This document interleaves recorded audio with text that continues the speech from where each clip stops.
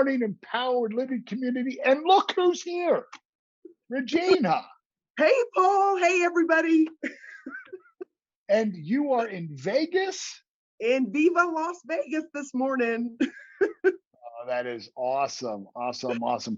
Well, we are pre-recording this, playing it live, but pre-recording because right now, Regina and I are in the middle of turning point. She's probably Right. 60 feet. She's probably 60 feet in the air doing something I would never consider doing. I'm right there with you. I'm in the Chicken Little group, Chicken Little for life. Good.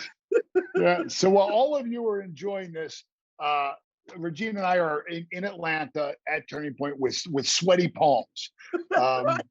But we wanted to pre-record this because Tuesday night, mark this down, Tuesday night, you want to be on our six-figure mentorship call. It's 8 p.m. Eastern time. All the details are going to be in the comments. Make sure you come because Regina is going to be doing a phenomenal teaching on, and I love this topic, shifting from emotional to emotional intelligence. That is brilliant. Yeah. I mean, come on, Paul. Our emotions are the biggest part of what makes us human. And a terrific life skill to have would be understanding how to make our emotions work for us instead of against us. And so shifting does not mean not being emotional. We are emotional. We're emotional creatures. And it means taking that, harnessing the power of our emotions and making them work for us, because we really can do that in our lives. So I'm excited about the call. I can tell you, I think if you look at people who know that they've messed up, right? Who know that they've made a mistake, it always traces back not to something that was logical. It was an emotional response to some outside stimulus, and they managed their emotions wrong, or better yet, they didn't manage them. Right? Exactly. Their emotions got the best of them. And if the name Will Smith rings any bells today, I'm going to Oh my goodness, chatting about that on the call. But let's think about this for a moment. That what a perfect example. Someone who's been beloved in the movie industry by my mainstream, he's one of my favorite actors, in a split second, because we're either managing our emotions or we're at the mercy of them. And there sat Will Smith, right? Just in the Oscar crowd, just half an hour, 45 minutes away from being presented with Best Actor. And in a split second, he went from beloved Will Smith actor to controversial actor when he stormed the Oscar stage and slapped Chris Rock over a joke. But it really wasn't about the joke, was it? No. Oh. His emotions got away from him, got the best of him. And that's how we want to make that shift in our own lives, because you or I, Paul, probably will never storm the Oscar stage. Most of us are not, violent people. We all can relate to Will Smith in that we've all had a moment where our emotions got the best of us. And that allowed us to say something or do something that we've regretted. And what if we could put into place some strategies and begin to work on our mindset so that we can lessen that? And the true hero of the story, and again, I'm going to touch on this more in the call, the true hero of that story is Chris Rock. Because when someone unleashes on us like that, even if it's the grocery store clerk, if it is the flight attendant, right? I travel a lot. Coming to Vegas, that was my 7th flight of 2022 so far. And we've seen when you travel, and you've traveled plenty in your life, you see the best and worst of people. So we all know that when someone has attacked us in some way, not physically usually, the threats that you and I face are psychological threats. And when that happens, if you're rude to me, Paul, if I'm rude to you, whatever's happening, when someone does that to us, it activates that same neural pathway in our brain. And that is why it is so easy to attack back. And that's why the true hero was Chris Rock, because he had enough awareness and composure not to give that back. Can you imagine that? So I'm going to break that down some more on the call, but it's about strategies to keep us as our best self. You got to jump on this call, guys. This is going to be excellent. And what a great, I totally missed that. As you were sharing, I'm thinking to myself, how many of us have had Chris Rock moments where we weren't as dramatic, where we weren't on the world stage, where we didn't get up out of our seat, where we didn't hit somebody, and yet we're blinded.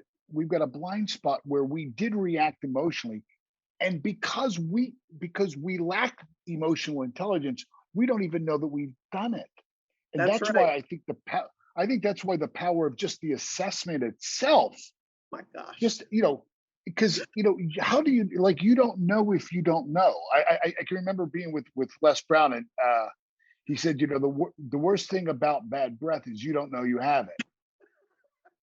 You don't know you have it. Everybody else in the room knows you have it, but you don't know it. And it's kind of like, if you're on the low side of emotional intelligence, you don't even know. You think you're fine, and yet everybody's on eggshells around you, or That's trying to right. manage how they're going to manage you. And I think the biggest thing about that, we all have people in our lives that run the gamut of this spectrum. We have people that are highly reactive. And hopefully most of us are not, that we're able to have some composure. But when we see people that are so highly, that are just reactive, that their buttons are easily pushed, really comes down to they're disconnected. If I have a friend or a family member and we're all walking on eggshells, nobody wants to have them to Thanksgiving or Christmas, or even to the family reunion, that is a Yep. person that is so disconnected from who they are. And one of the best things about studying emotional intelligence, boosting your EQ, is that you reconnect. You find your way back to yourself, because with EQ, that first quadrant that's foundational, that self-recognition, it's all about understanding your triggers, understanding your values, because EQ can become a compass to help us live our highest values and our intentions. That's what EQ can do for us. Let me ask you this. That's so powerful. Let me ask you this. Are there some emotions that get the best of people over other ones, with anger or jealousy, or like, are there some that are more prone in people than others, or more That's a great prevalent question in as well. society? And I don't know about prone, if we take the population in general, but I think that we see people get angry quickly. And now we've been in a climate, especially the past 2 years, when I think about the travel Yeah. that I do, and when we think about people in general coming out of this pandemic 2 years later, we lived Mm, on emotional high alert. So when we're thinking about, are people prone to emotions, to kind of speak into your mm, question, let's look at our lives over the past 2 years. It was emotional high alert, one thing after another. It was, okay, schools are closed. What are the parents doing with their children? Workplaces are closed. A lot of financial uncertainty. Then a lot of mm. physical, medical uncertainty, especially in the beginning. So we're just now for 2 years, and we're not fully finished, of course, but it's this emotional high alert. So I think maybe not prone to certain emotions, but I think the situation, the scenario that we've all been in together has put us in a different place emotionally. And you really do see that. I see that when I travel. We see that at the hotels and restaurants sometimes that are truly understaffed. And our job is to try to be present and aware and offer people a way to not be so reactive. I remember I was in the airport in Atlanta Hartsfield. You got to love Atlanta Airport, my home airport. And I'm walking through the TSA pre-check line. The lady's waving me over. And before I get there, she's giving me my instructions, because there's a new system that takes a picture of you. You got to put your own Yeah. ID card, you got to put your own license in the thing, pull down your mask, take the photo. Well, I'd only done that once because it's so new, but she's giving me my instructions before I even get to the counter. So the first thing I did, and I said, this is a stressful job. Being in the airport throughout the pandemic is stressful. So the first Oh thing I yeah. did, I pulled out my mask and I said, Happy Easter, ma'am. And she smiled. She goes, Oh, happy Easter to you too. And because I traveled on Easter Sunday. And it's a game changer when you can stay on top of your emotions, because we all want to give it back. I'm thinking to myself, why is this lady talking to me before I even reach the counter? I can't really hear Yeah. her. She's wearing a mask. It's loud. I don't even know what to do when I get there. She's giving me instructions. The minute I get there, take off my mask. Happy Easter, ma'am. She goes, oh, happy Easter. You just got to be aware, or otherwise, where it's a physical threat. Oh, why is someone Right. speaking to me that way? It becomes an attack. It's not an attack. Most people are doing the very best they're aware of. And Paul, I've learned that through you, and it's constantly reinforced. People are doing the best they can. And so when we can do better, it's, to me, it's our responsibility. The person with the greatest awareness is responsible. I've learned that from you. And with our emotions, it's just on display. So everybody hear this. Your emotional intelligence is always showing where you are in that moment. And the good news is we can always get better. Isn't that true? Guys, make sure you jump on this call. Now, I know on the call you're going to share several different strategies that we can use to go from being emotional to having emotional intelligence. Will you Yes. share just one or one or two? Give us one. Yeah. One of the things I'm doing with some of my coaching clients is we're doing some emotional tracking. So you're sort of up leveling your journal. If you keep a regular journal or a gratitude journal, awesome. I've been a gratitude journaler for over 20 years. What we want to do is we want to track our emotions. So let's say, how did I feel at the airport that day? How did everything go? What are my low emotions? What are my high emotions? What was I feeling most of the day? Because you and I experience hundreds of emotions a day. It's wild to me, hundreds of emotions. So I'm asking some of my clients to do some emotional tracking, because only through that process, if you really want to get into what's holding me back emotionally, you got to identify what your triggers and your hot buttons are. And the best way to do that is put pen to paper and get your arms around, where was I feeling my best today? Where was I feeling my worst? What caused me to be angry? What caused me to be happy? Where are my hot buttons? Where was I kind of just, oh, I was pushed? That Mm. lady in the airport or that rude person at the checkout desk. We got to start wrapping our minds around that. So I would encourage everyone, it's free, it couldn't be easier. Start tracking, start doing what I call emotional tracking, and Wow. give just 3 or 4 questions that you can ask yourself. What were my highs? What were my lows? What was I feeling around a particular instant or incident that day? And start working out, where are your hot buttons? Where are those triggers showing up in your life?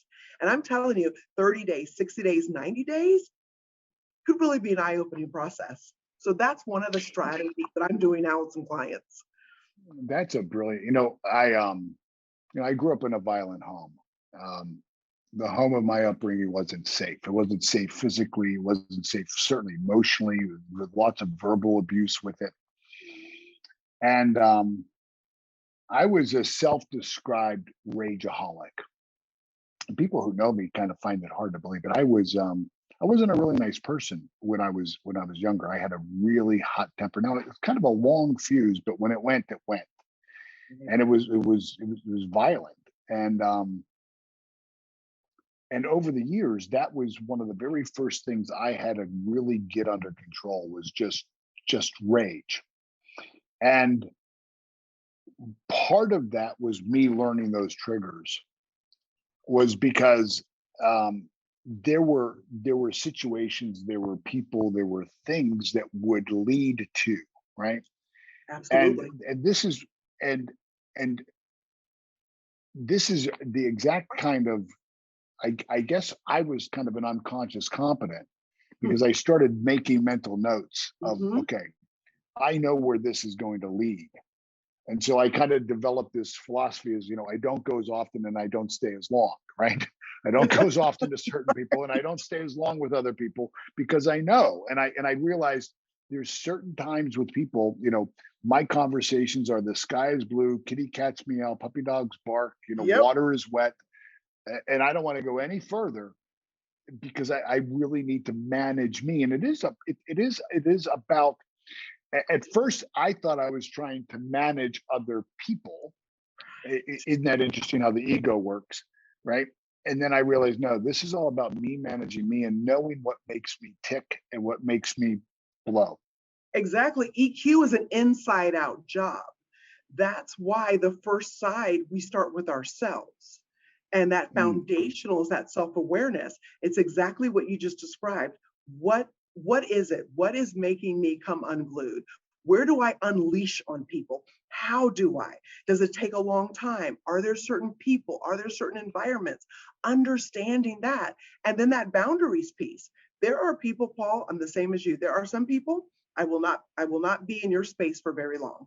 If we have work to do, we'll do that. If we can have a hi, how are you conversation and keep it moving, I'll do that too. But I am very, very protective of my boundaries. You can ask my husband and my stepson. I preach this all the time. And because when Andrew was in high school and college, we would talk about this with him all the time. There are just certain people that are not going to be in my space for more than a, hey, how's it going? And that's it. Boundaries are very important. That is awesome. Well, hey guys, make sure you jump in Tuesday night, 8 p.m. It is going to be epic. If you've got at all an interest in emotional intelligence, if you've heard about it and you're not sure exactly what it is, if you've never had any training on emotional intelligence, you will, I promise you, and any learning in this area will up level everything else in your life, because it is who we are. It's what makes us who we are. Look, everything else so you can good. It is. Right? Well, look, everything else about us you can find in a horse or a pig, but it is our right. It is our emotional energy that drives everything for us. It does become the background of our life, the wallpaper of our room, right? The soundtrack of our lives. Yeah. Well, thank you, Regina. Excited. And thank you, Paul, because I'm so excited to talk about this some more in terms of Will Smith, in terms of Chris Rock, and just bringing some more strategies to the table. So I cannot wait to see everybody on the call next Tuesday. See you Tuesday. Thank you. Thank you, Regina. Be well. God bless everybody. Thank you.